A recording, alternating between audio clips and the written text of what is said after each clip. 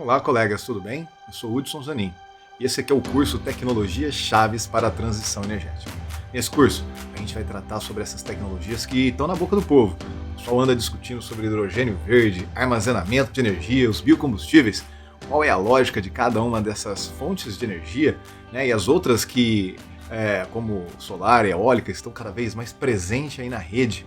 E as hidrelétricas, que sempre dominaram a produção brasileira, mais de 50% são de energias vindas das águas. E as nucleares, têm espaço no Brasil? Como é que é todo esse cenário, não só no Brasil, mas no mundo? Como é que está acontecendo essa revolução lá fora? Qual é a semelhança e diferença do Brasil? A gente vai tratar essas questões aqui e vai buscar um aprofundamento técnico em cada uma delas. A gente tem um grupo de especialistas aqui, cada um no seu tema muito específico. Gustavo vai falar sobre a geração de hidrelétricas, nuclear. O Marcelo, especialista em placas solares.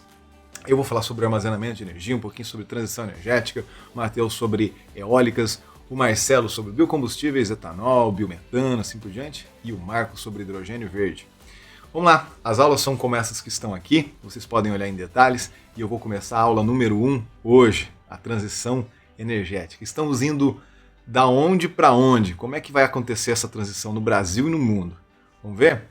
A grande motivação é que se a gente não fizer nada, em 2100 a gente deve alcançar até 6 graus Celsius de aquecimento e isso acarretará em diversas catástrofes. Não só catástrofe ambiental, no que se refere a inundações, incapacidade de produzir alimentos, mas também muitas perdas de vidas com aquecimentos em locais muito específicos. A gente precisa atuar, a gente precisa transitar de uma sociedade que emite muito CO2 para uma sociedade que emite muito menos. Vamos tratar isso aqui.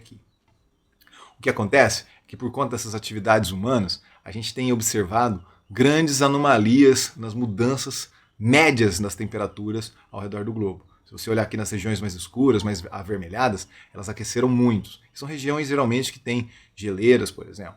Isso acarreta, num degelo dessas regiões, um aumento do nível dos mares. Essas atividades humanas, elas são feitas geralmente em cada uma das nações. As nações têm os seus comportamentos, suas relações comerciais, e acontece que o clima não aceita, o ambiente não tem essa relação de fronteiras que o ser humano definiu. Se a gente jogar um plástico dentro do rio, ou de alguma forma no chão, e ele cair no bueiro, ir até o rio e depois chegar até o mar, esse plástico pode flutuar muito longe de onde ele inicialmente foi lançado. Da onde ele foi mapeado. Ele pode, por correntes de convecções, flutuar ao redor do globo.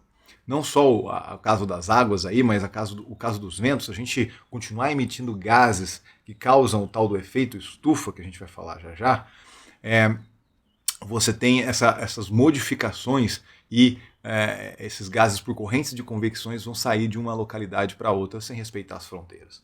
Então essas pequenas perturbações que a gente vem causando todos os dias nas nossas atividades têm modificado imensamente o clima. Acontece que, isso é muito claro, a Terra vai continuar existindo independente da gente.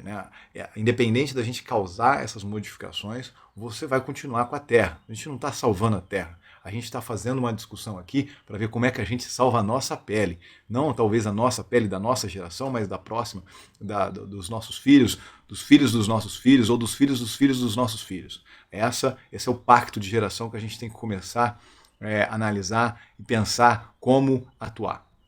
Então, esse efeito estufa aí é um efeito natural, o Natural Greenhouse Effect, em inglês. Você tem uma emissão de gases, são diversos tipos de gases, tá? Não é só o CO2 que é o que leva a culpa, mas são vários nitrogenados, à base de enxofre também, metano. Então todos esses gases que são emitidos, a Terra emite naturalmente, em atividades vulcânicas, por exemplo, uma árvore que caiu e decompôs, você tem essas emissões naturais na Terra. Acontece que com as atividades humanas, depois da Revolução Industrial, essa emissão de gases acentuou imensamente. E com isso, o gás ele forma uma coisa muito parecida com o carro no sol. Quando a gente fecha o nosso carro no sol quente, você percebe que a radiação consegue entrar, mas como ela aquece o ambiente, a radiação ela se torna mais próxima do infravermelho no aquecimento. Isso faz com que essa radiação tente escapar de dentro do veículo, por exemplo, e não consegue. A mesma coisa acontece com a Terra. Esses gases formam uma camada ali ao redor do globo, e quando a Terra aquece e busca essa reemissão, né, no infravermelho, esses raios não conseguem escapar, isso faz com que eles sejam refletidos novamente para dentro da Terra e a Terra não consiga fazer o seu processo natural de esfriamento. Isso tem ficado muito intensificado nos últimos 10, 20 anos, principalmente por conta do grande crescimento chinês, né? A matriz chinesa ela é basicamente queima de carvão para produzir eletricidade, tá? Ou a fonte, né, a matriz elétrica e energética é basicamente combustíveis fósseis.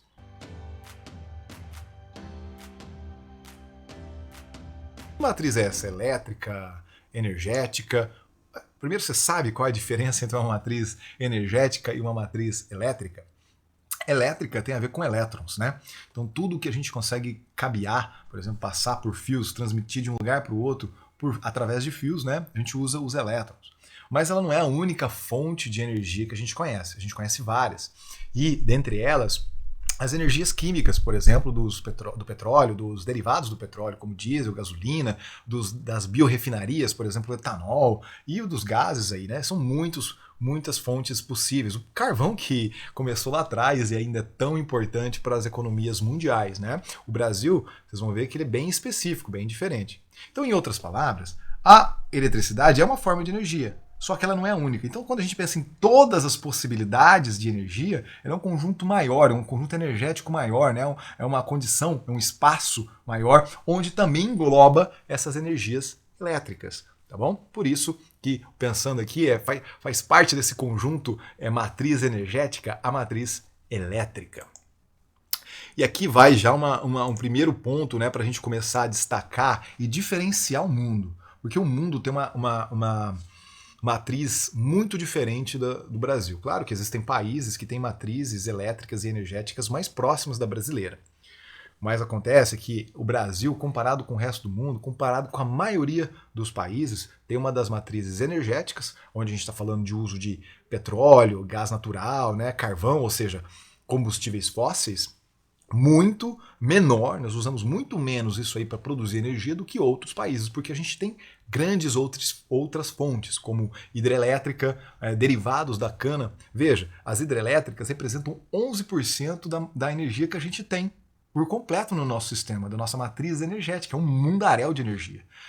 Mas, mais que isso, e eu quero chamar a atenção, é que o etanol, os biocombustíveis, por exemplo, os derivados da cana, chegam a mais do que o conjunto completo das hidrelétricas. É um montante de energia absurdo. Mais de 120, 140, por volta de 140 gigawatts hora dessa energia.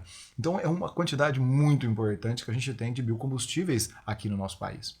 Nós também temos o pré-sal, temos muito gás. Então, quer dizer, o Brasil tem peculiaridades muito incríveis. O que a gente chega aqui na relação que vocês vão ver aqui, ó.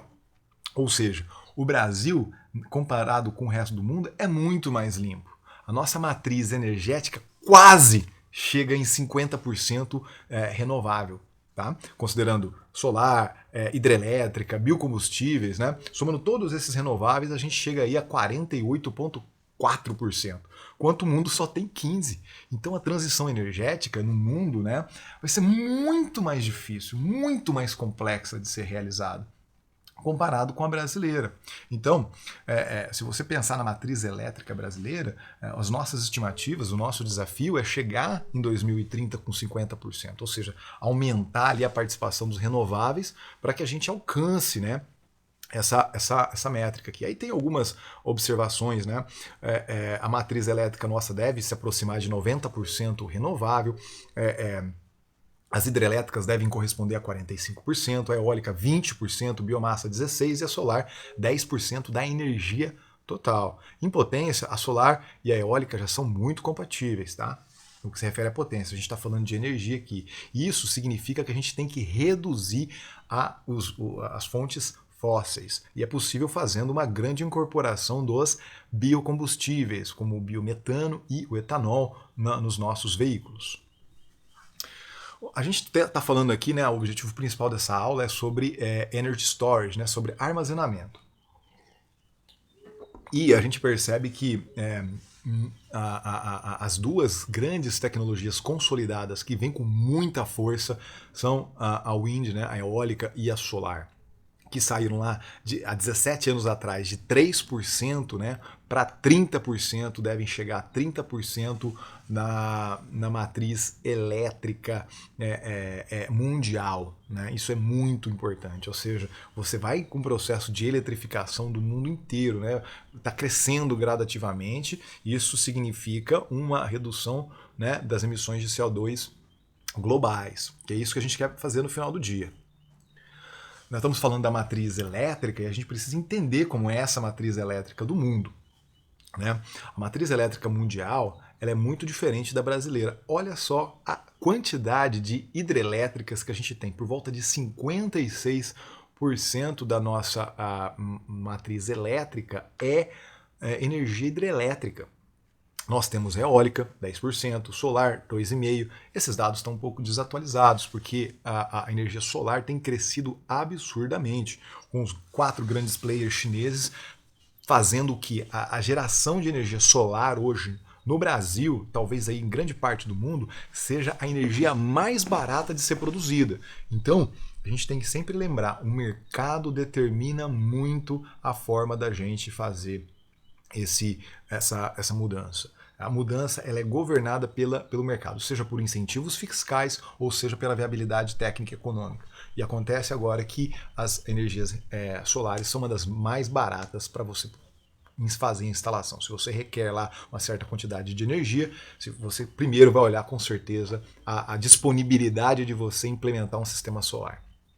Então, o que a gente tem aí é o Brasil chegando a 83% da matriz elétrica renovável, enquanto o mundo tem 28%. Isso é muito, muito diferente do que o Brasil está muito na frente, né, como uma das matrizes elétricas mais limpas do mundo.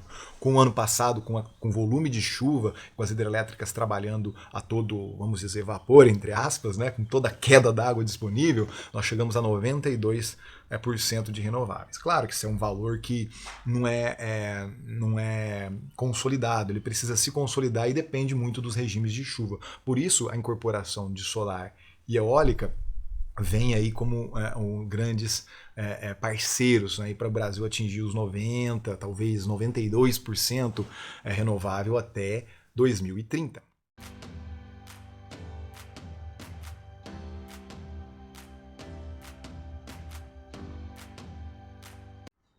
Então o que a gente vem tratando como sociedade é uma ideia de como é que a gente conseguiria evitar essas emissões. Isso não é trivial, tá?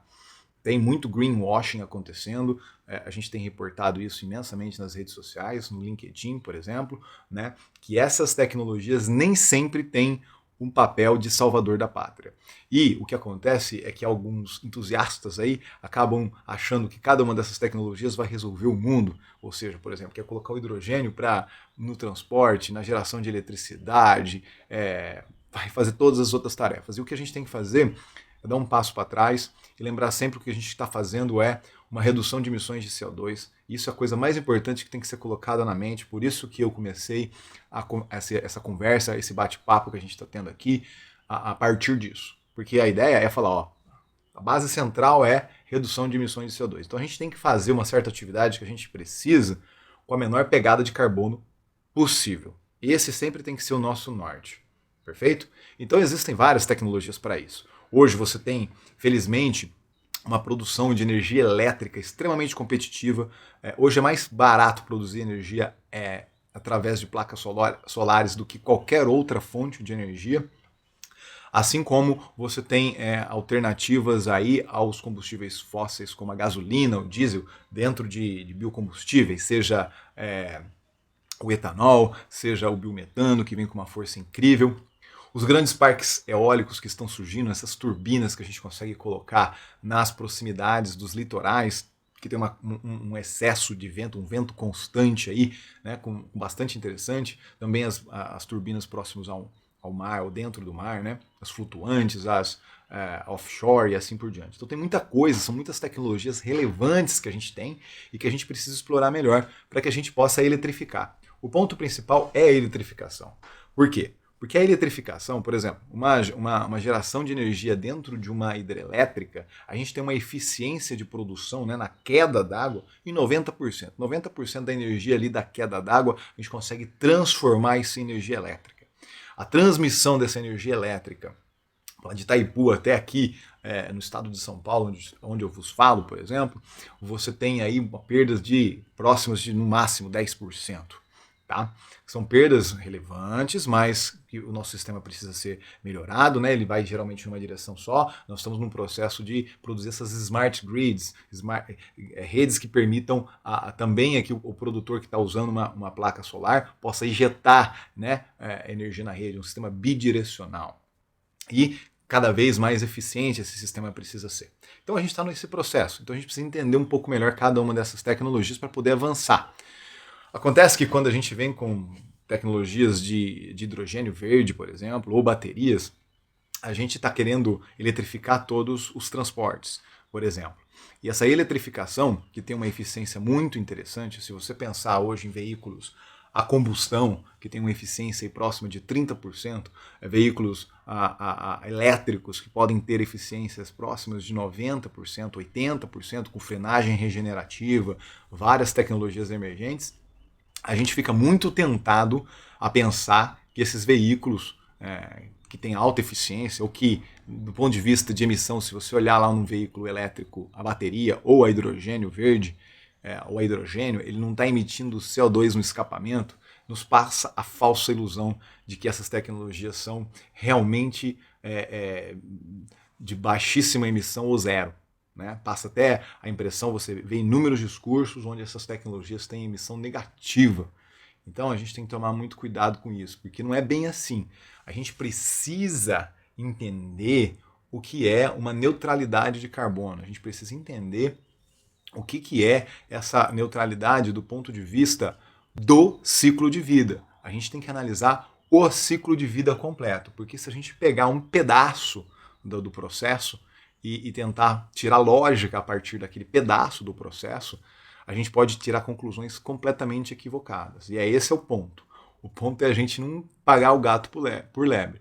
Com isso, na hora da gente buscar essa descarbonização, a gente ficar aí, de fato, aumentando as emissões, mas não só aumentando as emissões, fazendo um processo de desindustrialização das nações. Veja bem, você criou cadeias muito bem estabelecidas de produção de biocombustíveis, setores de peças, setores bastante importantes para a economia de automóveis.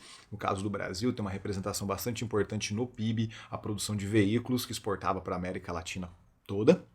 Então, esse processo que você vem e passa para um veículo elétrico, você realmente não só está deixando de produzir aqui localmente, e a gente vai mostrar aqui que você tem ainda, em alguns casos, uma emissão de CO2 mais elevada. Então a gente tem que sempre lembrar o porquê dessa transformação, para a gente entender de onde a gente está indo, né, de onde para onde.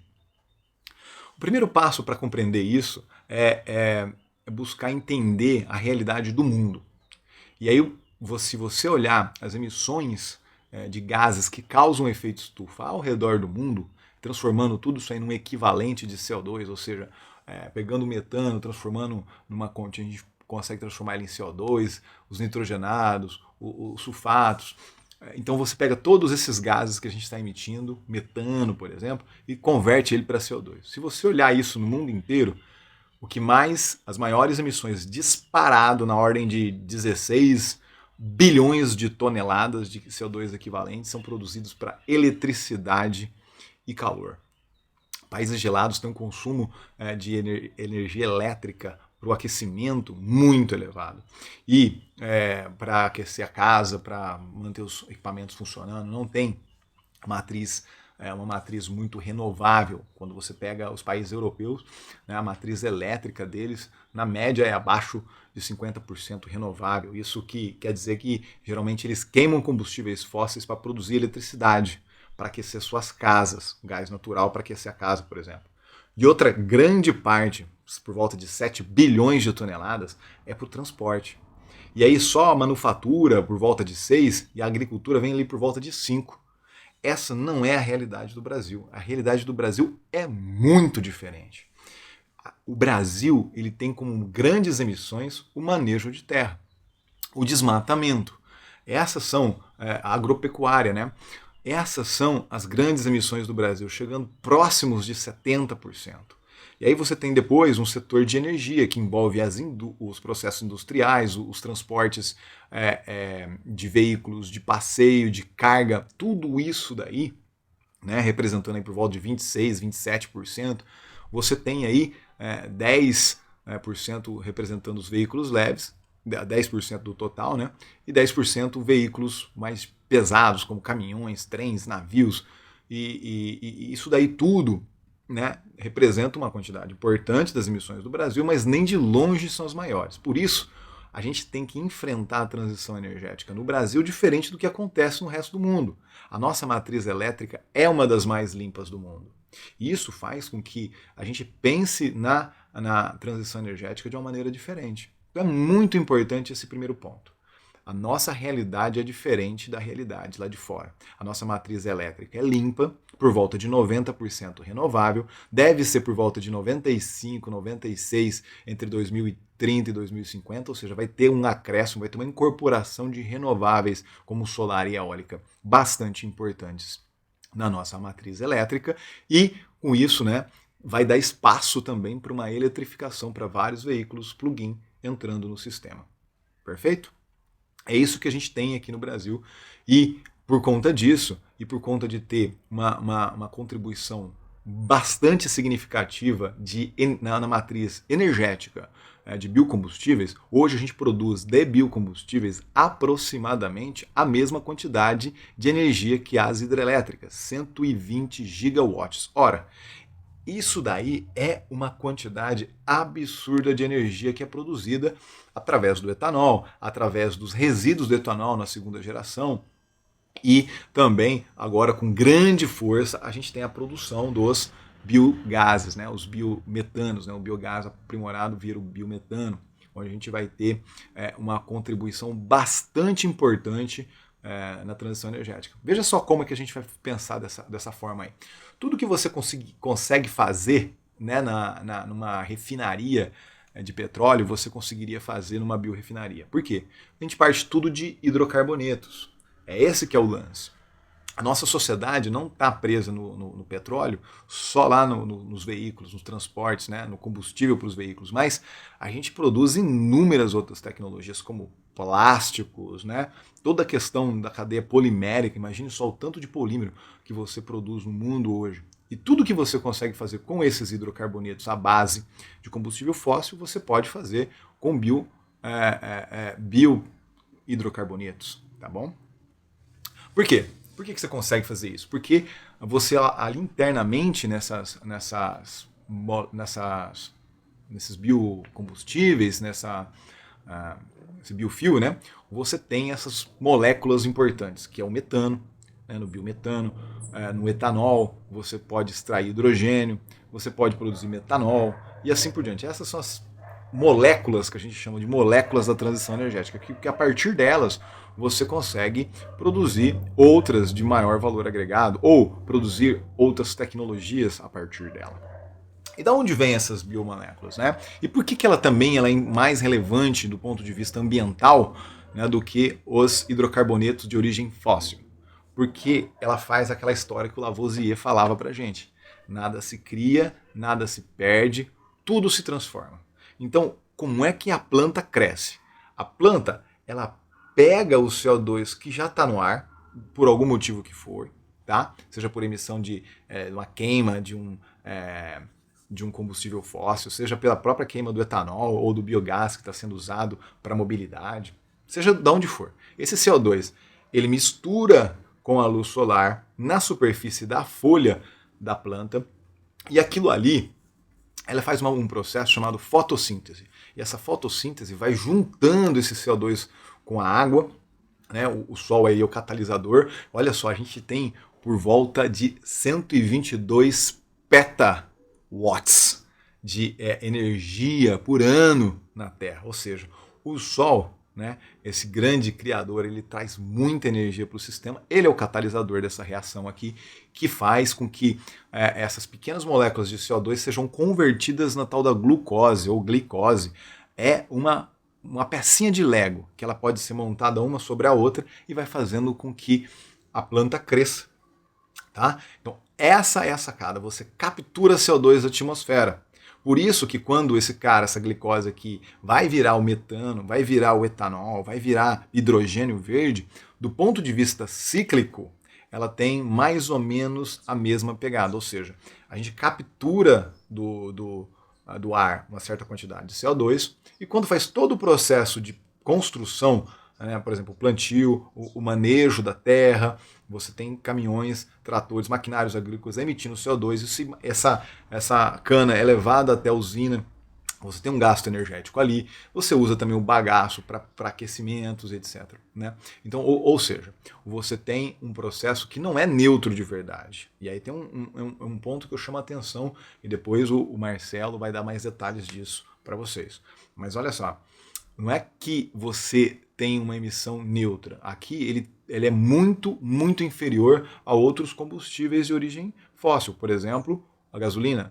Um combustível, a etanol, tem uma pegada 90% menor do que o combustível fóssil, que estava lá enterrado, ele estava preso, né, no solo, guardado, capturado, né?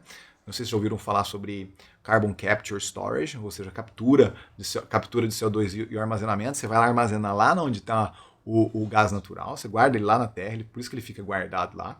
O que a gente está fazendo aqui com combustível, com petróleo, é justamente o contrário. A gente está removendo ele de lá e está queimando e está jogando CO2 para a atmosfera. Ou seja, o ciclo aqui é numa direção única, né?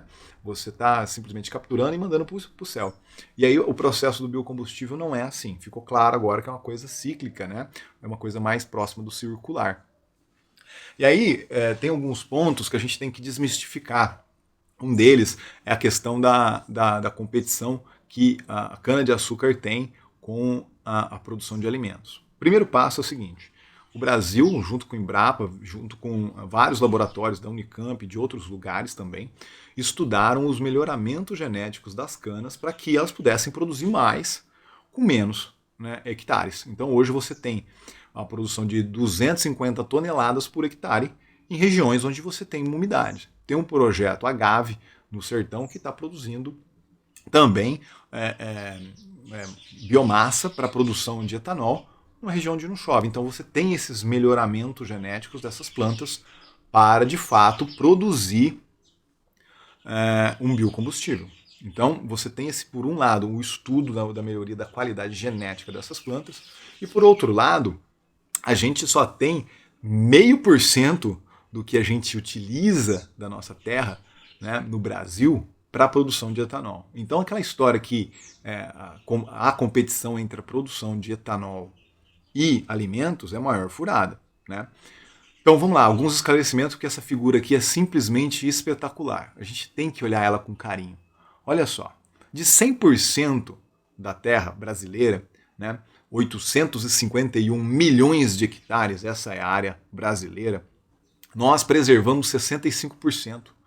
É um absurdo a quantidade de produção, de proteção. A proteção nossa é uma das maiores do mundo. O Brasil é um dos países que mais protege terra, mais protege suas florestas. Embora eu no começo falei que um dos maiores problemas nossos é o desmatamento. Por quê? Porque a gente tem feito esse desmatamento, a gente não tem conseguido mapear por satélites essas regiões que estão sendo desmatadas, não estamos conseguindo punir, então está tendo um desmatamento predatório, sim, relevante, sim, que deve ser combatido. Mas, por outro lado, nós somos uma das nações que mais protegeu seu território frente à sua mata nativa original. 65%. Que outro país tem isso daí no mundo? País que tem uma produção como a do Brasil. País que alimenta um quarto da população mundial. É um absurdo a quantidade de preservação que a gente tem. Algo a se orgulhar. Então a gente utiliza hoje por volta de 30% da nossa terra para pastagem, para produção de soja, e aí a gente alimenta muita gente com isso. Da cana-de-açúcar, 1% da nossa terra é produzida, é utilizada para a produção de cana-de-açúcar, sendo que 0,5% é para produção de açúcar, que tem um grande valor no mercado como commodity. E o etanol a gente produz aqui para fazer, para utilizar nos nossos postos de combustíveis. No Sudeste e no Centro-Oeste você tem uma penetração, uma competitividade muito interessante do etanol frente à gasolina, né? O que não acontece no Nordeste, no Norte e no Sul. É necessário que hajam políticas públicas para a melhoria, né, para que as usinas tenham maior interesse em produzir etanol ao redor do Brasil, porque se a gente está pensando sobre redução de emissões de CO2, a gente tem que pensar sobre a maior incorporação de etanol, de biogás, tá, dentro da nossa matriz energética. E aí um dos pontos a serem discutidos é como fazer isso, né? Um dos passos é regulação. Você precisa implementar essa regulação e a gente não está falando aqui sobre não utilizar os combustíveis fósseis. Eu já vou entrar nessa questão. A gente tem uma grande riqueza que é o pré-sal que tem que ser, sim, muito bem explorado. Então, essa solução que a gente está falando aqui de utilização de biocombustíveis não é uma solução que resolve só para o Brasil, não. Tá? Isso é muito importante ser dito porque as soluções para terem força global, elas têm que ter alcance global. As empresas produzem em escala. E nossos veículos hoje no Brasil, né, frente à produção mundial, representa 2 a 3%. Então, só se essa solução aqui atende apenas o Brasil, ela não resolve a questão mundial e nenhuma indústria vai mudar toda a sua estratégia global para produzir para 2, 3% da escala global. Então, o que a gente vai começar a mostrar aqui é o seguinte, o Brasil, para começar, não é o maior produtor de etanol do mundo, né? Os Estados Unidos produz quase o dobro do Brasil e não é através da cana-de-açúcar, é através do milho. Mas tem países como a China, como a Índia, né, que tem populações extremamente expressivas, aí na ordem de bilhões de pessoas, né? 1,4, 1,5 bilhões de pessoas entrando nessas tecnologias também. Então, se você somar a população desses países, se esses países de fato entrarem buscando os biocombustíveis como uma das tecnologias relevantes para a transição energética, e a China promete uma descarbonização da sua matriz até 2060, está buscando um net zero. Isso é um grande desafio, mas a gente não pode duvidar da China porque já fez tantas coisas espetaculares. São, de longe, né, os campeões mundiais em escalabilidade, em produzir em escala. Hoje a gente usa as placas solares nos preços que a gente tem, a produção de energia solar com preço competitivo do jeito que é, por conta deles. E não só nisso, né, eles dominam toda a área de baterias e assim por diante. Então a China, por exemplo, ela promete um processo de descarbonização, né, uma matriz elétrica neutra por volta de 2060.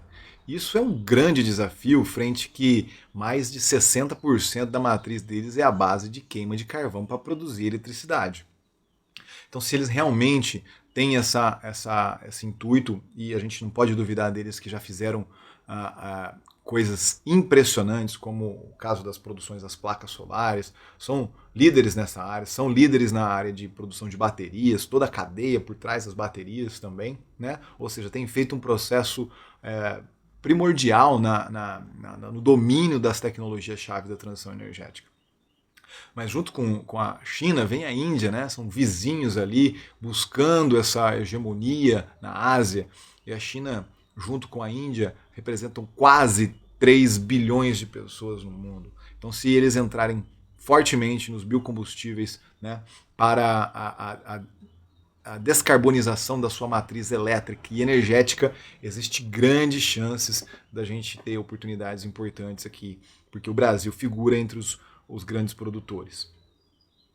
Vamos fazer uma análise aí, né, temporal da onde a gente está hoje, né? Mas na verdade a gente pega lá como as coisas começaram no passado para entender como é que a gente chegou aqui hoje, onde a gente está, né? Para entender um pouquinho dos biocombustíveis. Então a gente teve primeiro um problema local, né, de emissão. Teve um problema energético de falta de combustíveis na crise de 1970. E agora estamos todos aí lutando contra o aquecimento global por conta de emissões que estão cada vez mais dificultando que a Terra nossa se esfrie. Então vamos lá. Por volta de 1960, 70, essa era uma visão de grandes cidades dos Estados Unidos.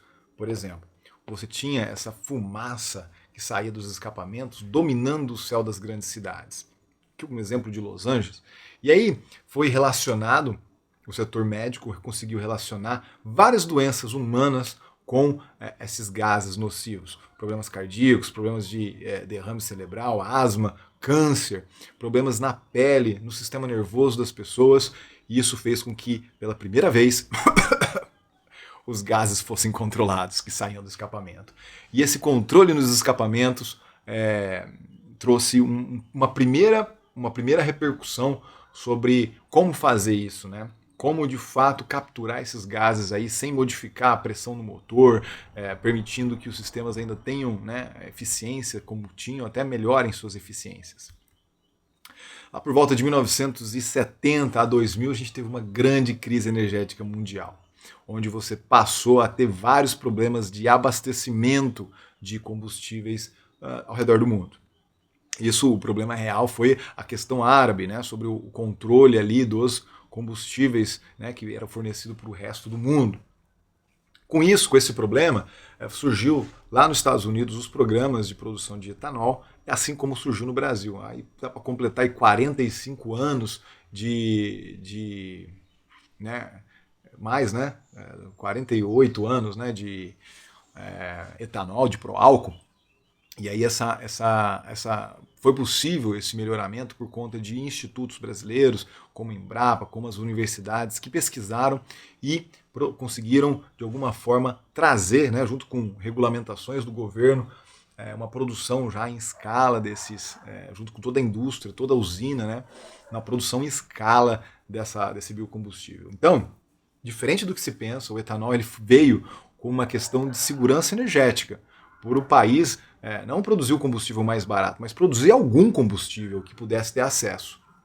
A gente naquela época também não tinha suficiência em petróleo, como a gente chegou a alcançar no passado e já perdeu, né, por conta de várias questões, mas a gente veio com esse combustível ali para poder ajudar, né, o setor nosso de combustíveis a fornecer o suficiente para a nossa demanda.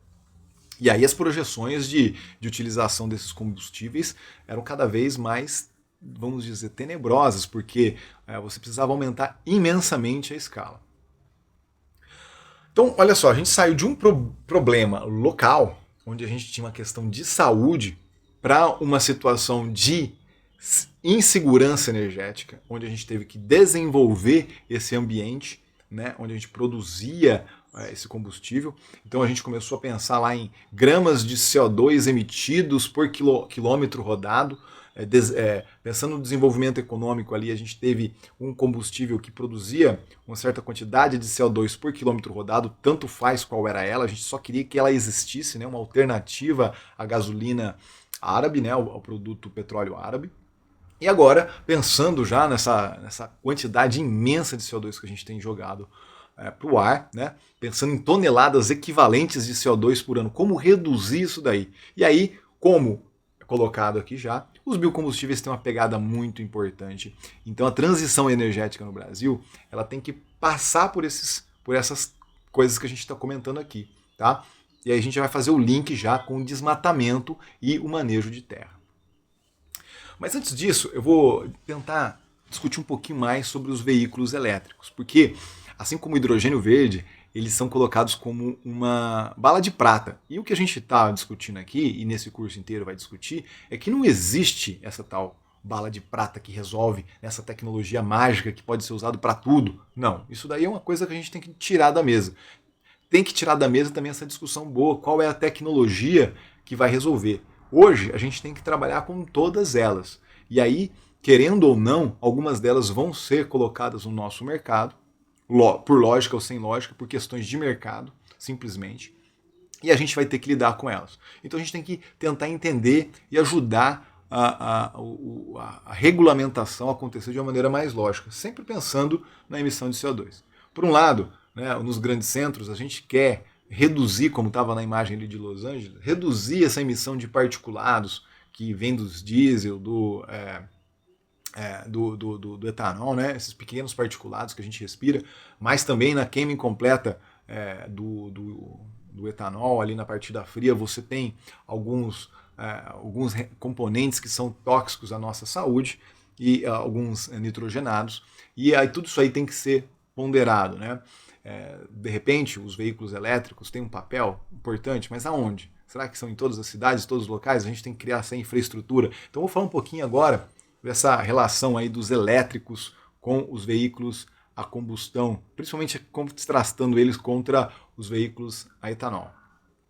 Então, por que tem essa paixão aí, por que tem esse desejo tão forte pelos veículos elétricos? Primeiro, que ele é muito sexy, do ponto de vista de novidade. Quando foi passado algumas pesquisas nos Estados Unidos sobre por que um usuário comprava um veículo elétrico, a primeira coisa que ele falava era sobre a conectividade. Os veículos elétricos saem com várias tecnologias já integradas com a rede, videogames, Netflix, Teams, né? Você pode fazer uma reunião, os veículos podem são autônomos, conseguem dirigir sozinho, então você tem um apelo tecnológico que os consumidores querem, né? E também tem uma questão de eficiência. Se a gente olhar só do poço, né, a roda, ou do recarregador, ou da lavoura até a roda, ou da refinaria até a roda, você tem algumas vantagens muito importantes dos veículos elétricos, porque o veículo a combustão, no final da conta, ele vai ter ali uma eficiência por volta de 20%. Se você vê, ele tem um conjunto de perdas muito importantes, aerodinâmica, aquecimento, arrasto, assim por diante. Já o veículo elétrico, não.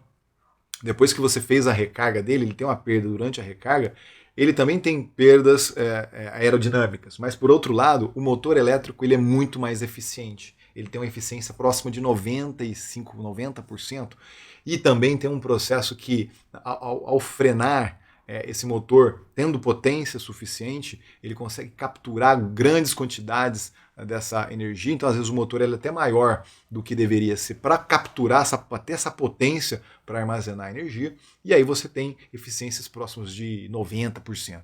Então ele é muito interessante desse ponto de vista, e aí você consegue, enquanto com o veículo a etanol você vai precisar ali de talvez 30, 40 litros de combustível para rodar 300 quilômetros, às vezes com um veículo elétrico com 45 kWh, né, uma bateria, você consegue rodar essa mesma quantidade, aí, 300 km.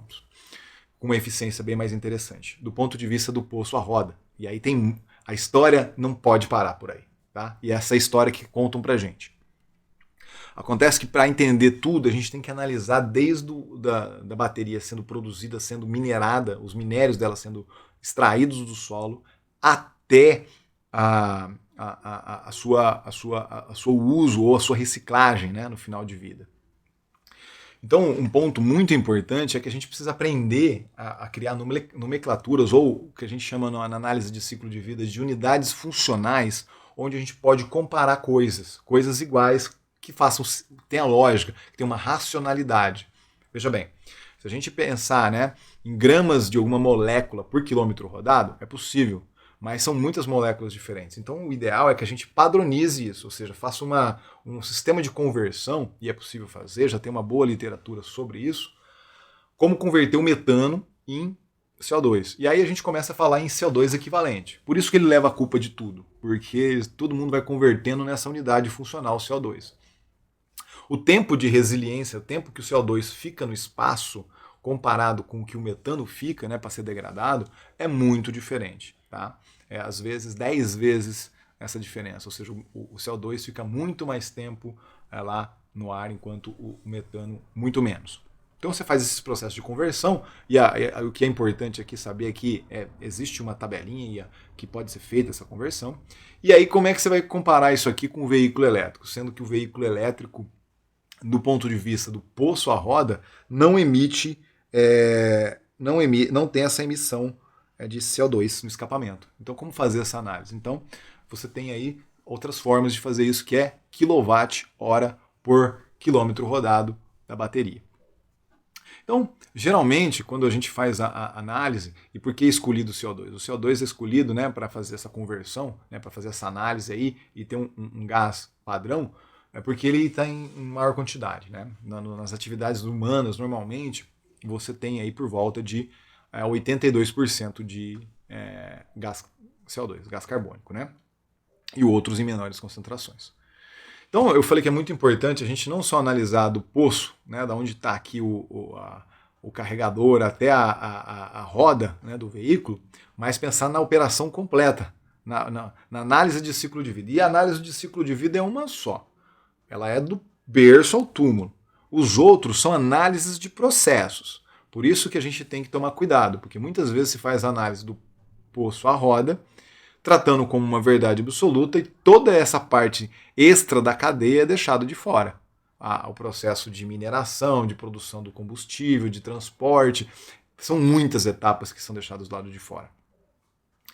E claro que eu entendo por que é feito do jeito que é feito, né? Ou seja, pensando do tanque à roda, do poço à roda, né? Você pensando nisso daí, pensando nesse processo, você tem que olhar até onde você consegue ir, né? Até onde você tem informação, para depois expandir. Então a análise de ciclo de vida seria do berço ao túmulo, né? Todo o processo, desde a mineração, da produção do veículo ali, dos componentes do veículo até o final da vida, ou seja, a reciclagem desse veículo, das baterias internas, do motor, a combustão, o motor elétrico. Então é muito interessante a gente ter essa análise completa. Mas muitas vezes não é possível. Então a gente tem que começar em algum lugar. O Brasil tem 3 programas importantes, que é o RenovaBio, o Rota 2030 e o Proconv. Esses 3 projetos, esses 3 processos, eles ajudam a ter um tripé muito importante que vai nos ajudar nos processos aí de ter uma economia de fato circular. Né? Ele começa, cada um vai atacando nas suas frentes, né? Cada um é um programa de um Ministério da Economia, o Rota, do Meio Ambiente, o Proconv, do Ministério das Minas e Energias, aí o RenovaBio. O Rota 2030 ele vai falar sobre consumo energético, do tanque à roda, tá? Consumo energético em megajoules por quilômetro rodado.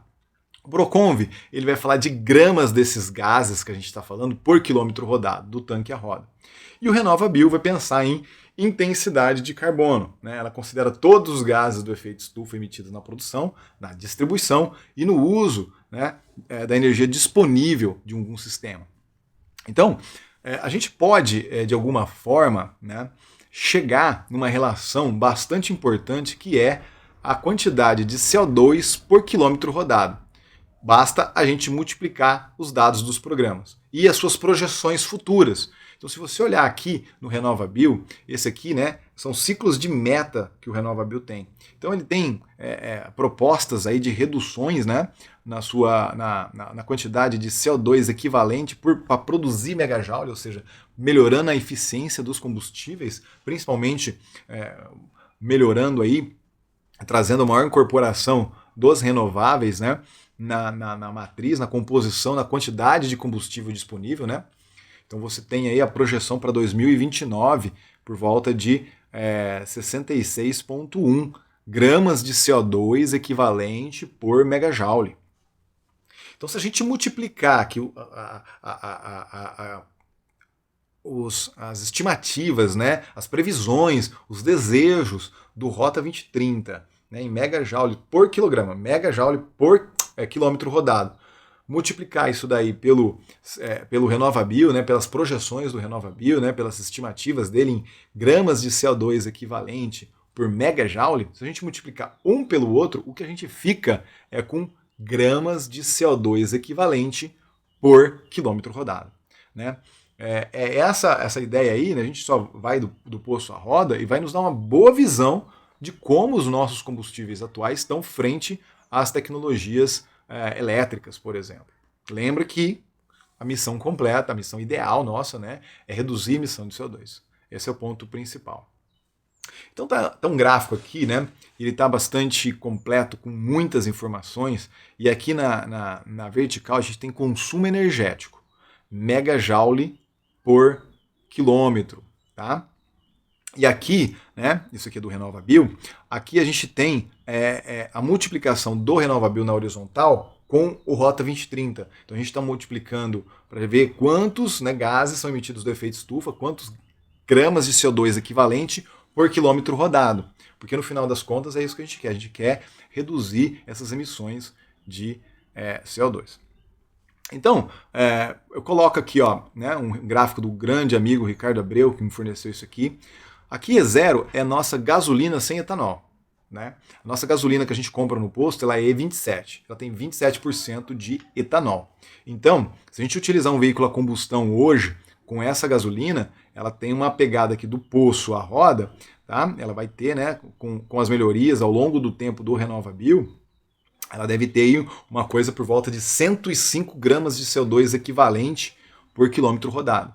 Se a gente pega o etanol limpo, puro, né, o etanol 100%, é o E100, a gente já tem uma emissão ali na ordem de 20 gramas de CO2 por quilômetro rodado. Veja que interessante isso, né? Claro, o etanol não é uma solução que está disponível para todo o povo brasileiro, para a nação completa. Então, qual é a coisa mais sensata da gente fazer? É pegar todo o combustível disponível, todo o etanol, toda a gasolina, e misturar esses caras e chegar nesse flex aqui, nessa coisa misturada que é o flex, que é o que a gente usa hoje. Né? E a gente pensa no percentual de evolução do RenovaBio, e aí a gente vai ter aqui, no final das contas, esse combustível brasileiro por volta de 60 gramas de CO2 equivalente por quilômetro rodado. Se a gente pensar, né, aqui a gente tem, ó, em azul a matriz elétrica brasileira, pegando um laser pointer aqui para mostrar isso com mais clareza, aqui é a matriz elétrica brasileira e aqui é a matriz elétrica europeia que eles gostariam de ter, né, que é projetada para eles terem, não a que eles têm, porque a que eles têm de fato é diferente disso por conta da guerra com a Ucrânia. Então eles têm uma incorporação, uma queima, voltaram a queimar carvão aqui, tá? Então você tem, se você abastece os veículos elétricos no Brasil aqui, hoje você tem aqui, pensando em quilômetros, grama de CO2 emitido por quilômetro rodado, né? Considerando a matriz elétrica do Brasil, você tem um veículo elétrico do poço à roda com vamos dizer, o melhor de todos os cenários do que se refere a consumo energético, porque o veículo elétrico ele tem 95% de eficiência da bateria e 95% de eficiência do motor elétrico, então é um sistema extremamente eficiente, ou seja, ele gasta poucos megajoules, né, para rodar, ou quilowatt-hora, né, que só basta converter um para o outro, aí tem um númerozinho mágico aí que você converte um no outro, para rodar uma certa quilometragem. Então, ele é mais eficiente do ponto de vista energético do que veículos a combustão. Mas, por outro lado, a nossa análise aqui não está completa. Né? A nossa análise aqui, se você compara aí, né, no caso, se você compara a questão de emissão de CO2 do poço à roda, né, que é a quantidade de gases que a gente joga aqui para o veículo a etanol e a combustão, eles estão muito próximos. E por que eu falo que a análise aqui não está completa? Porque em todo o processo de produção da bateria, você extrai a bateria lá do solo, né? Você extrai o minério do chão, usando caminhões pesados, usando maquinário pesado. Esses grandes blocos são colocados, triturados, transportados por caminhões até trens que emitem CO2, queimando diesel até o porto. Do porto ele leva de navio até a China esse minério, que lá ele é refinado numa matriz elétrica bastante suja à base de carvão. Eles são refinados no grau de bateria para depois produzir a bateria. Por volta de 60% da emissão de CO2 das baterias são por conta do processo fabril das baterias, onde você tem uma sala seca, onde você, de fato, remove toda a umidade do ar. Isso custa muito caro para deixar os eletrodos, o anodo, catodo, eletrólito, sem nenhuma umidade. e isso aí custa tem uma pegada de CO2 muito alta. Né? Pensando em todo o período que a bateria vive, isso é por volta de 60 a 110 gramas de CO2 por quilômetro. Pensando em todo o processo que a bateria vai ter ao longo da vida e quantos quilômetros ela pode fornecer ao veículo. Então a gente tem que somar nesses 20, 15 aqui, 16 ou 100. Então, esse veículo elétrico ele shifta para cá, ó, no que se refere a emissões de gases do efeito estufa. E esse é um ponto que a gente tem que lembrar. Ele pode ter uma eficiência melhor e a gente quer ter veículos cada vez mais eficientes. Mas é eficiência? A transição energética é sobre eficiência? Não. A transição energética é sobre a gente emitir menos gases para a atmosfera. Então é isso que a gente tem que lembrar aqui quando a gente está pensando nas tecnologias que são relevantes. E o Brasil tem uma grande produção desses combustíveis, desses veículos já consolidada no país, o que está está causando um grande abalo em todas essas empresas que produzem esses sistemas, né, sobre a continuidade ou não dessas produções e desses empregos. Né? Então, o veículo está num valor extremamente caro e tende a encarecer mais ainda por conta de todo o custo que essas baterias têm. Hoje esses veículos elétricos são subsidiados. Né? Hoje, basicamente, na Europa acontece de você ganhar 10 mil euros para você comprar um veículo elétrico, ou seja, você compra um Ford Fusion, um carro híbrido, um Tesla 3, por exemplo, e ganha um Polo. Essa é a conta que você faz hoje. Então é subsidiado um veículo que a gente está falando aqui, que no caso do Brasil, né, pensando na matriz elétrica brasileira, ele vai poluir mais. Então a gente tem que pensar se isso aqui faz sentido para a gente ou não.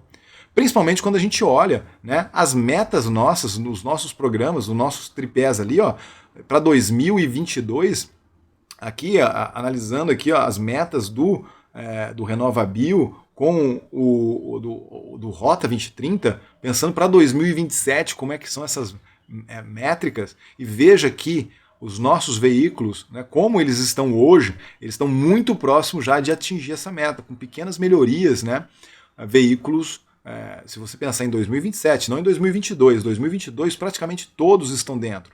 Não, o veículo que usa 100% gasolina, que não existe, tá, esse cara estaria fora. Mas pensando em veículos que já tem aí um motor turbo, aspirado, ou pensando no flex, que praticamente todos os nossos veículos hoje são flex, né? Está aumentando a concentração desses veículos flex aí no Brasil. E o flex é pegar todo o combustível disponível, gasolina, etanol, e misturar tudo e rodar. Então eles já estão dentro da métrica de 2022. Para 2027, com melhorias ainda, e as melhorias projetadas, eles devem estar. Tá? Então esse é um ponto extremamente importante. E claro que os veículos elétricos estão aqui figurando muito bem, os veículos elétricos rodando na matriz elétrica brasileira.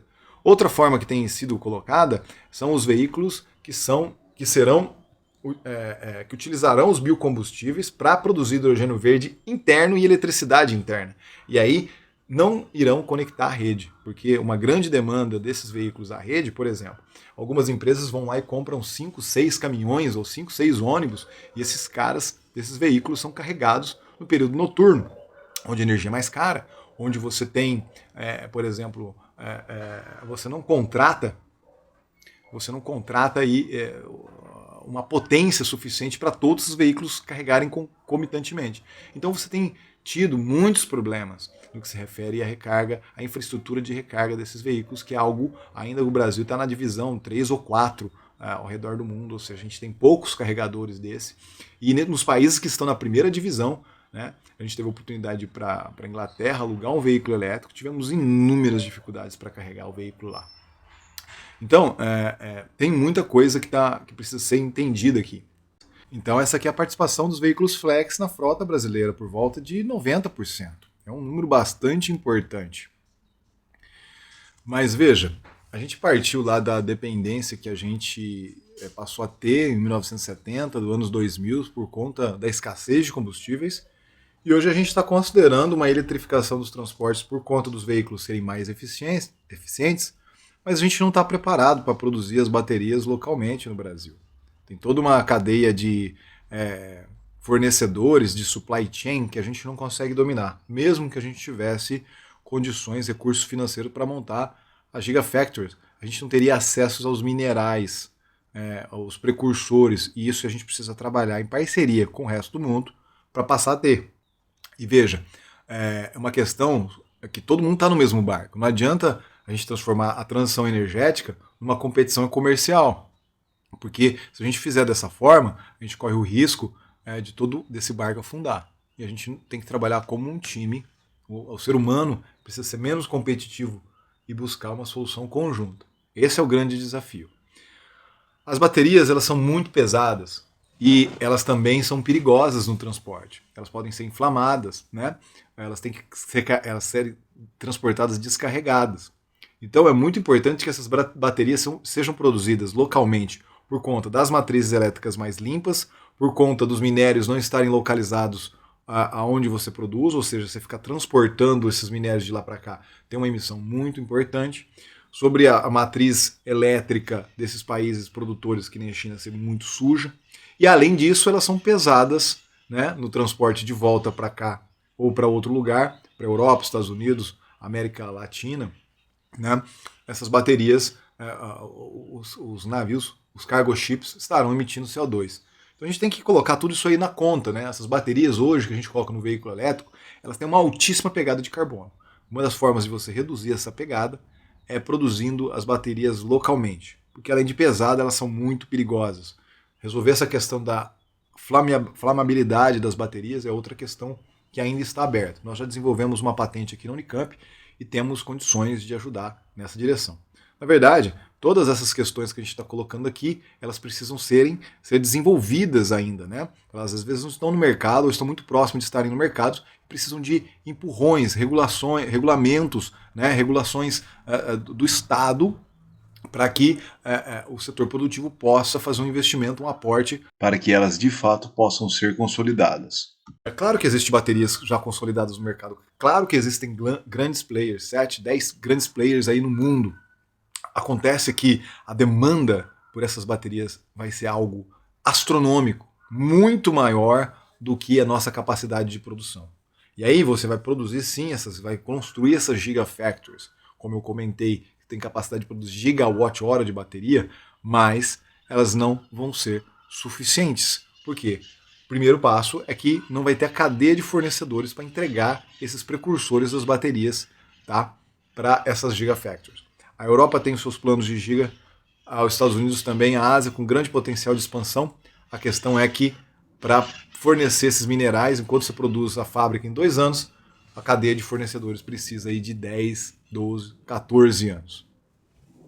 Então, tudo isso daqui, essa demanda por baterias, ela está sendo extremamente puxada por uma demanda para produção, né, por compra de veículos elétricos.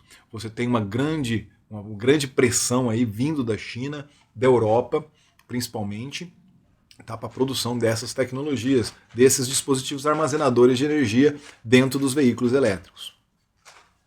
Então, você está falando aí na ordem mínima, né, de terawatts-hora. Né? Hoje a capacidade global é por volta de 1 terawatt-hora e esperamos que em 2025 a gente tenha 1,5 terawatt. E nessas projeções aqui por volta de 4,2 terawatt-hora para veículos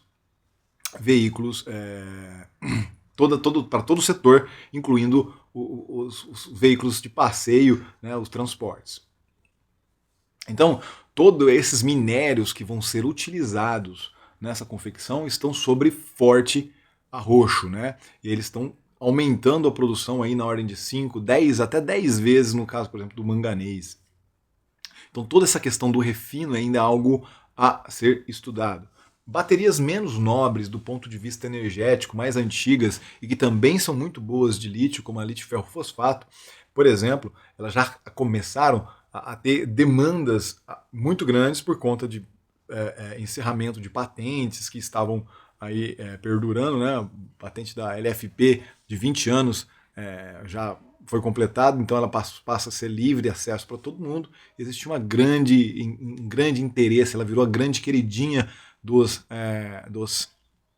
montadores, né, das montadoras aí de veículos elétricos, porque ela de fato tem uma capacidade de energia bastante interessante e é muito mais barata e segura do ponto de vista de incêndios. A questão que a gente está colocando aqui é que se a gente tiver 500, 600 quilos de bateria dentro do veículo, não vai ter bateria para todo mundo.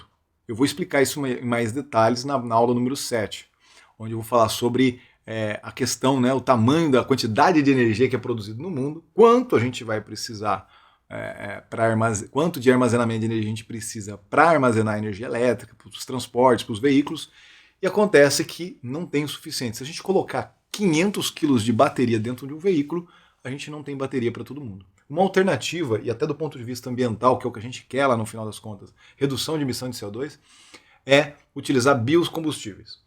É possível melhorar os veículos atuais e aumentar a eficiência deles? Sim. Veja, um motor elétrico ele tem eficiência por volta de 95%. E aí você pode então combinar biocombustíveis com um motor elétrico, seja no caso o etanol, seja no caso o biometano. Esses biocombustíveis eles podem ser reformados, ou seja, a gente pode extrair o hidrogênio desse cara e usar ele dentro de uma célula combustível para produzir eletricidade on-board, ou seja, dentro do veículo, de um veículo de passeio, de um caminhão, de um trem, de um navio. Isso é muito interessante do ponto de vista energético, porque você consegue subir a eficiência do sistema de 30%, 40%, né, que é absurdamente alta, no caso de veículo a combustão, para alguma coisa, no mínimo, em 60%. Porque se você casar as eficiências de reforma com a do reformador, né, casar ali, você pode ter até uma eficiência casada de 90% nesses sistemas. Então você, com essa tecnologia aqui, você pode extrair o hidrogênio dos biocombustíveis num reformador, né? Então você pode usar um tanque para abastecer rapidamente os veículos, resolve aquela questão da ansiedade de abastecimento, né, do range que os veículos elétricos têm, recarrega rapidamente, reforma isso aí internamente e usa um módulo de baterias bem pequeno, que tem uma pegada de CO2 bem menor. Então ao invés da gente usar 100 kW de bateria, a gente poderia trabalhar com um sistema de 1.3 até 8, 10 kW que estaria fazendo aí, né, ao invés de com a mesma quantidade de bateria, eu poderia estar alimentando 10 veículos no mínimo ou até 100, tá? Isso do ponto de vista ambiental é um grande avanço. Então, essa tecnologia que a gente está falando aqui para um veículo de passeio, eles atende caminhões de carga de seres vivos, né, de bovinos, de carne, né, atende trem, atende ferrovias, atende cargo ships, navios cargueiros grandes, né, atende também o maquinário agrícola, e aí eu pego o gancho naquele ponto inicial. Porque o vilão nosso, né, entendeu o problema do Brasil, o vilão nosso é o maquinário, o manejo de terra, é o transporte de carga pesada, né? Então, a nossa incapacidade de mapear ali a Amazônia e a floresta amazônica e não permitir que haja um desmatamento ilegal. Então, tudo isso daí poderia ser resolvido, né? Primeiro, utilizando esses biocombustíveis para substituir o diesel. O problema não é o motor a combustão em si. Poderia ser utilizado no primeiro momento um veículo que utiliza o biometano, o biogás, né, para queima direto dentro do motor, ou, num caso de melhoria de eficiências, num segundo momento, numa segunda evolução, buscar células combustíveis de óxido sólido, reformadores, né, que possam aumentar essa eficiência e aí utilizar menos combustível para fazer a mesma tarefa. O Brasil, né, o que a gente já sabe sobre esses biocombustíveis, né, além do etanol que eu falei bastante até agora, o biogás ele está começando no Brasil e ele tem um potencial muito grande. O Brasil tem potencial aí de produzir 100 milhões de metros cúbicos de gás, de biometano por dia, e ele pode aí chegar na mesma relação que a gente tem aí com etanol, né, por volta de 70%, o etanol e gasolina, ele pode ser 70% o valor do diesel. E ele faz o mesmo processo, né? Ele tem a fixação do CO2 muito semelhante com o etanol. A diferença é que, por exemplo, no caso de usar biomassa, a biomassa vai capturar o CO2, né, da atmosfera e depois ela vai ser tratada ali num biodigestor para produzir o gás, ou seja, resto de comida, de alimentos. Lembrando que esses alimentos eles foram, por exemplo, no caso de origem bovina, ele se alimentou de grama, a grama também fez esse processo de fotossíntese, claro que consome água, as águas mais fáceis, a fruta mais fácil de pegar, a água mais fácil de pegar, eles estão consumindo, né? Então tem todo um balanço aí, né? Tem o tal do pum da vaca, então é claro que a gente não está falando de nada que tenha pegada neutra, mas tem uma pegada mais baixa do que a emissão de diesel, e aí a gente está falando de redução de emissão de CO2, é sobre isso a história toda aqui.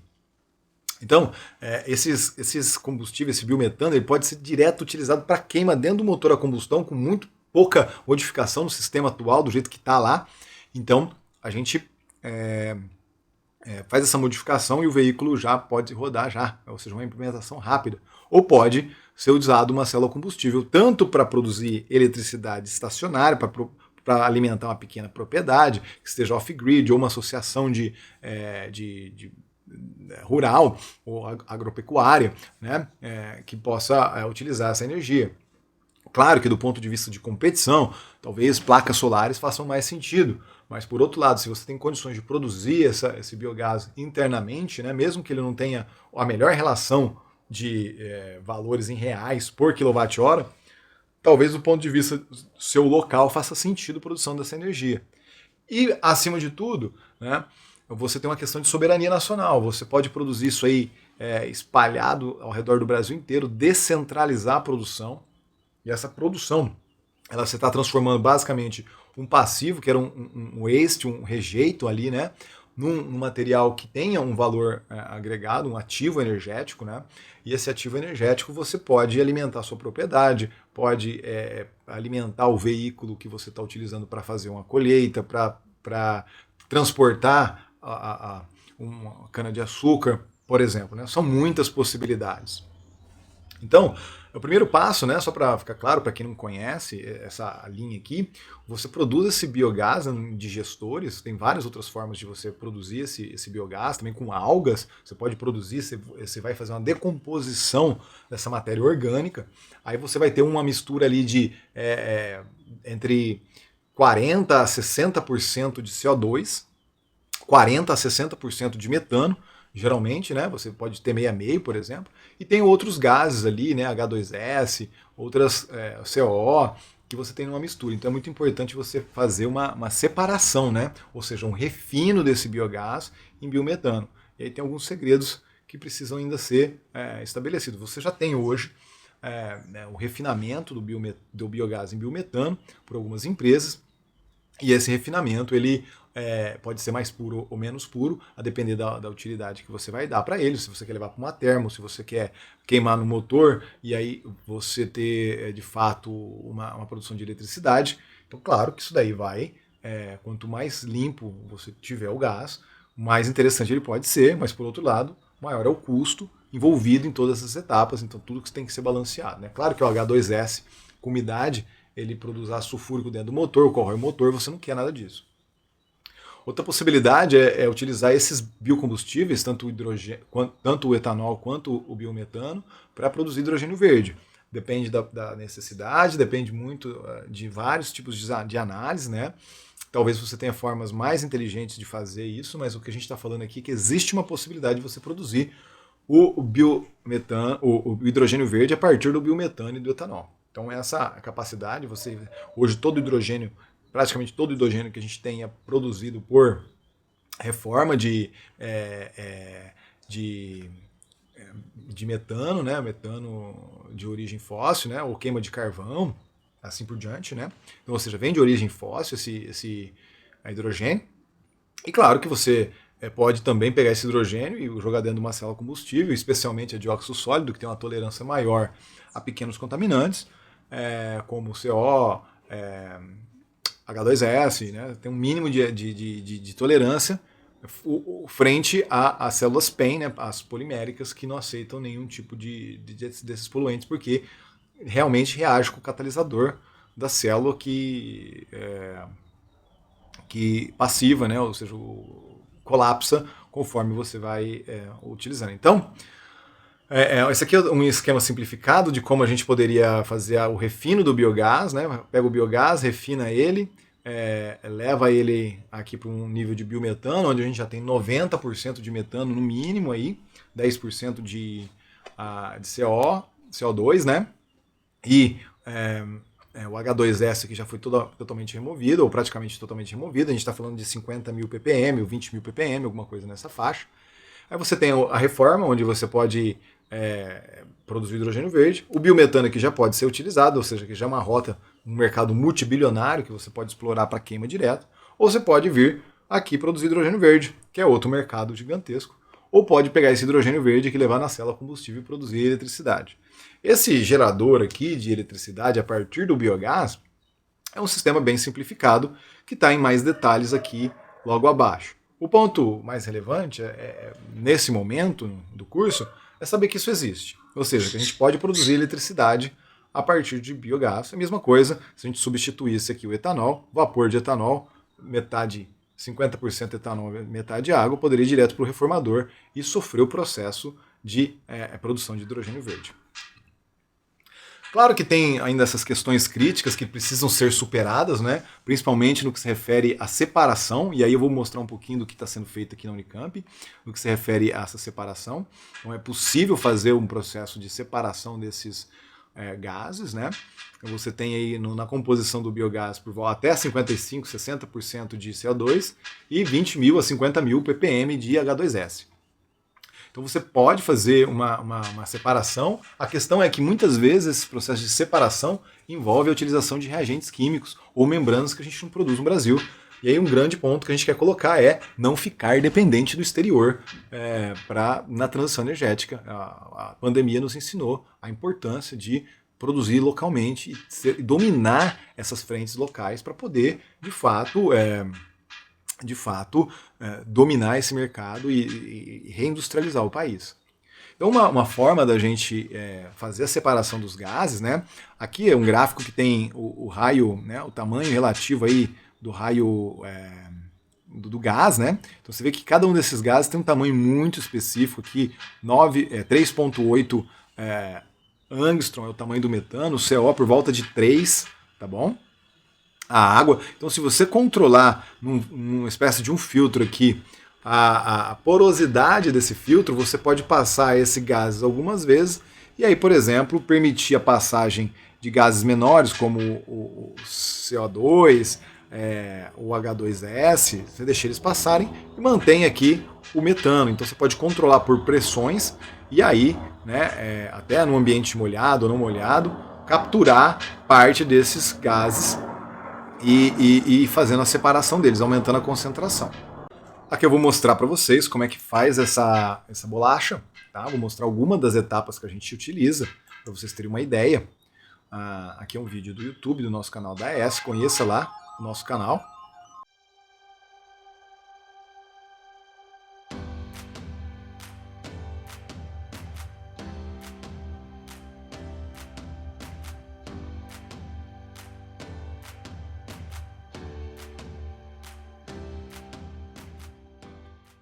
Então você viu aí como faz a produção dessa bolacha. Com essa bolacha você consegue fazer uma separação parcial, né? Você pode deixar o gás menor, por exemplo, a água, o vapor de água e o CO2 passarem e você vai ter um gás cada vez mais rico em CO2. Você pode colocar inúmeras dessas bolachas e garantir aí que você vai ter uma quantidade maior, né, de CO2 no gás que está passando. E aí você consegue, do outro lado, manter um gás rico em metano, que é o que você quer. Esse gás rico em metano, você pode levar ele para dentro de um reformador, que é muito parecido com um catalisador de veículo, né? Esse catalisador ali, esse sistema é uma estrutura metálica e cerâmica, que você faz alguns processos de impregnação, com céria, com níquel, e aí você faz uma separação pode ser o caso aqui da molécula desenhada do etanol ou biometano, né, o CH4, você tira, você quebra esses hidrogênios, é como se essas moléculas fossem um cacho de uva e cada uma dessas uvinhas fosse o hidrogênio. Então o hidrogênio ele é removido e aí você consegue levar ela para a célula combustível, dióxido sólido. São uma estrutura com várias camadas. Essas estruturas, ela individualmente dá 0,7 volts. Mas do ponto de vista prático, você quer associar várias dessas células em paralelo. E é o que a gente faz aqui, a gente associa várias dessas células para ter um potencial de 300 ou 1000 volts, por exemplo. É um exemplo de como a gente faz essas células aqui na Unicamp, né? Você vai fazendo camada a camada, e esse aqui é o exemplo da célula atual, no estado da arte que a gente tem aqui, tá bom? Vou mostrar um vídeo para vocês entenderem como essa célula funciona. A célula está aqui no meio, ó. Então você tem aqui um butano que está sendo queimado numa queima incompleta, que produz CO. Na parte de cima da célula vem o oxigênio, que reage com o CO dentro da célula e produz CO2. Isso aí libera elétrons. A célula combustível faz a mesma coisa. Tanto o CO quanto o hidrogênio são combustíveis da célula. Isso aqui é um exemplo da célula no nosso laboratório, que está produzindo uma diferença de potencial aí próxima de 1 volt, tá, para essa configuração aqui. Isso aqui é um exemplo lúdico apenas, para dar uma ideia para os colegas, como você pode extrair de um hidrocarboneto, você pode extrair eletricidade. Claro que sistemas muito mais eficientes podem ser produzidos fazendo a reação dentro de ambientes controlados. Aqui é uma estrutura meramente ilustrativa. Para produzir esses materiais, o que a gente faz é o seguinte: a gente pega um pó precursor, faz uma tinta com esse pó e depois espalha ele sobre uma película, né? Uma película aí, essa película ela serve para dar robustez mecânica, suportar esse filme. Então faz o filme, esse filme depois ele é seco, ele é laminado, né, ele é calandrado, ele tem a espessura exata que ele precisa ter. Depois desse processo de laminação, né, de estar seco e ser laminado, ele fica como uma fita como essa, e aí depois ele é calcinado. Após a calcinação, ele fica uma estrutura muito dura como aquela ali, e que tem, se você gotejar um pouco de álcool, por exemplo, uma estrutura totalmente porosa. Certo? Depois que esses filmes iniciais são criados, a gente faz um filme bem fino, ultra fino, né, de anodo, do cátodo, por spray. Então eu uso um spray bem fino, um filme bem fino, na ordem de micrometros, para que haja uma condutividade iônica ideal. Certo? Então, além das células combustíveis que foram desenvolvidas, mostradas aqui, a Unicamp também se preocupa em fazer baterias, porque essas baterias são fundamentais. Além dessas células combustíveis que foram mostradas aqui, né, você precisa também desenvolver baterias. E a Unicamp se preocupa muito com esse desenvolvimento de baterias, porque sabe que o Brasil não terá, no primeiro momento, fábricas de bateria aqui, vamos ter que importar isso da China. E o que eu já comentei com vocês é que essas baterias vêm com uma altíssima pegada de CO2 no seu processo fabril, desde a extração do minério até a produção da tecnologia. Essas tecnologias elas geralmente são feitas no processo rolo a rolo, com filmes finos, em salas secas, que tem um consumo energético muito alto. E aqui eu estou mostrando para vocês como é que a Unicamp faz essas células Pound, onde você vai lá e empilha vários desses eletrodos, anodo, catodo, assim como as células combustíveis, que não são desenvolvidas ainda no Brasil. As baterias são dos grandes gargalos e estão dentro das tecnologias mais relevantes para a transição energética, porque são as formas mais baratas de você armazenar energia em sistemas de mobilidade. E a mobilidade, a eletrificação da mobilidade, vai acontecer a gente querendo ou não. A questão é que a gente pode fazer isso de um jeito bastante interessante para a gente como nação.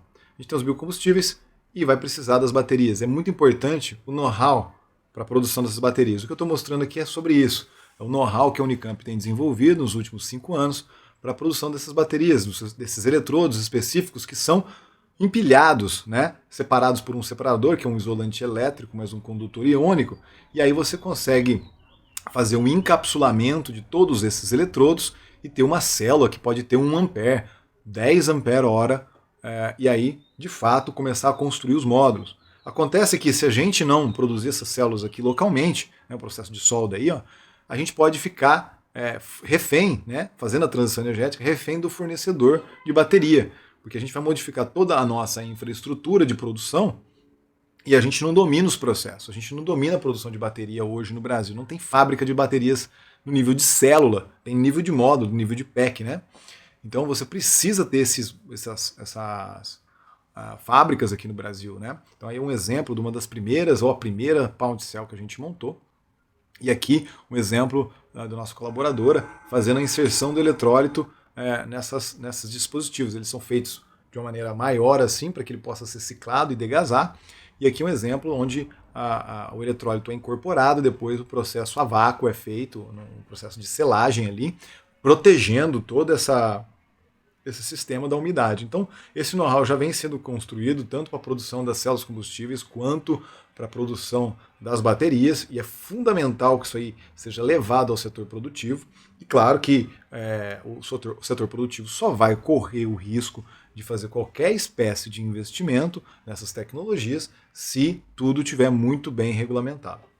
E aí a Unicamp, dentro desse tripé, regulamentação e investimentos, né, para reduzir incertezas, né, e a possível tomada de decisão do investimento do investidor aqui que coloca o aporte, ou grupo de investidores que coloca esse aporte para produzir essas tecnologias, a Unicamp vem colaborando justamente na linha de ter o know-how. Então, a gente está mostrando um pouquinho desse know-how para vocês, e aí eu vou para minhas considerações finais, né? Então a gente falou aqui nesse vídeo, né, sobre algumas das tecnologias, algumas das virtudes, onde está o problema no Brasil.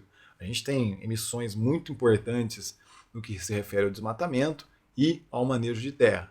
A gente pode usar os biocombustíveis, que é uma das grandes virtudes nossa, para que esses veículos que estão transportando gente, carga, fazendo um manejo de terra, possam não ser independentes e não utilizarem o diesel, que é um dos grandes vilões aí da história toda, né? Não utilizem ele, utilizem esses biocombustíveis que têm uma pegada muito próxima de zero, e então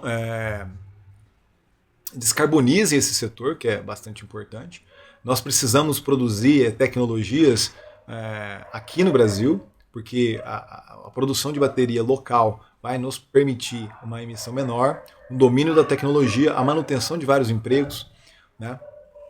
E claro que uma questão de soberania nacional, uma vez que a gente modifique a nossa forma de produção desses veículos. Se um parceiro externo deixar de nos fornecer por qualquer razão que seja uma pandemia, seja uma guerra, essas tecnologias importantes, a gente vai ficar dependente do exterior novamente. Então é muito importante que a gente saiba fazer e produza tudo isso aí localmente. Não só uma questão de soberania nacional, do ponto de vista de ter a tecnologia aqui, mas é um processo de geração de riquezas para a nossa sociedade, né?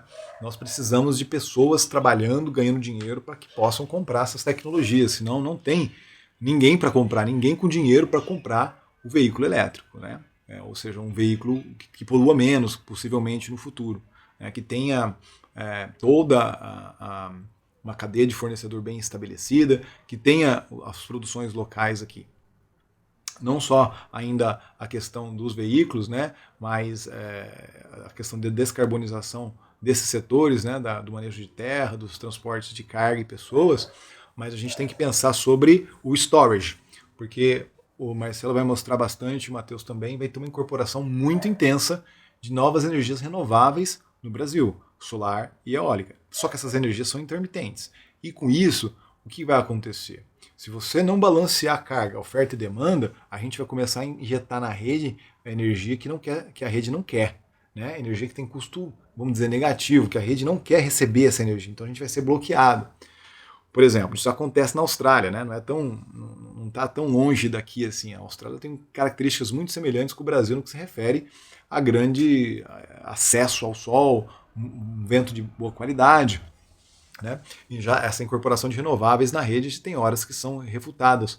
Tanto é que a Austrália é um dos países que tem o melhor sistema de storage hoje em dia.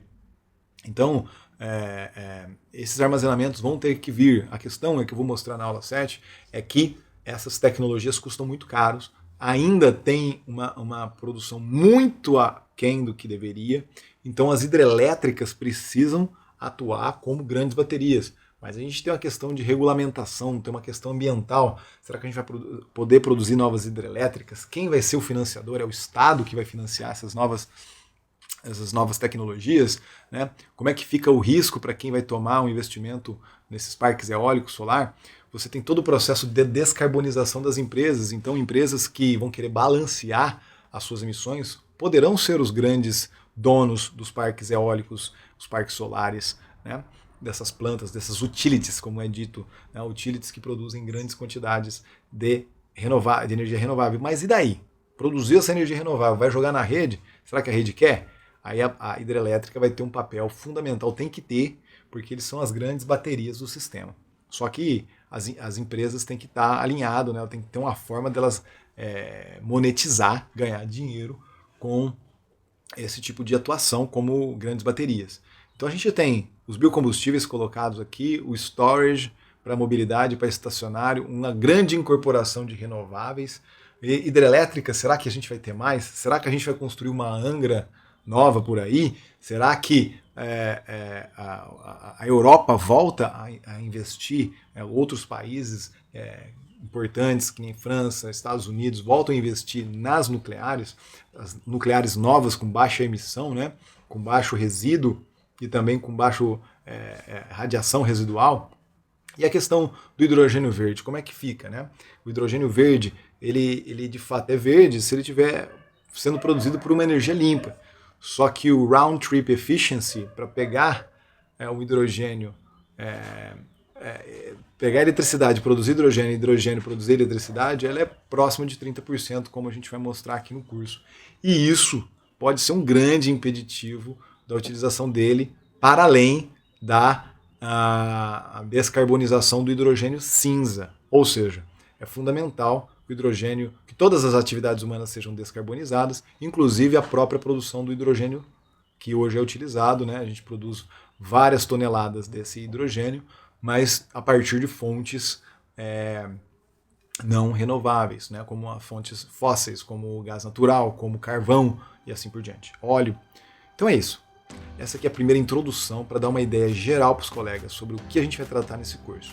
E aí eu espero vocês nas aulas. Vamos assistir as aulas aí do colega Gustavo Dubeck, que vai falar sobre as usinas nucleares e termoelétricas. O Marcelo Villalva, que vai falar sobre as placas solares. Eu vou tratar sobre o armazenamento de energia, né? Quanto custa armazenar energia e a importância dela. O colega Matheus vai falar sobre a wind, como é que ela vai prosperar, quais são as possibilidades de melhoria, quais são as incertezas, qual é a regulamentação, como é que está a questão do onshore, offshore, das flutuantes, assim por diante. O Marcelo vai falar sobre os biocombustíveis, né, o biometano, o etanol, e o Marco vai fechar aí com o hidrogênio verde. Todas essas tecnologias são fundamentais. Eu espero que os colegas aproveitem e a gente está um WhatsApp ou um e-mail de distância. É isso. Muito obrigado.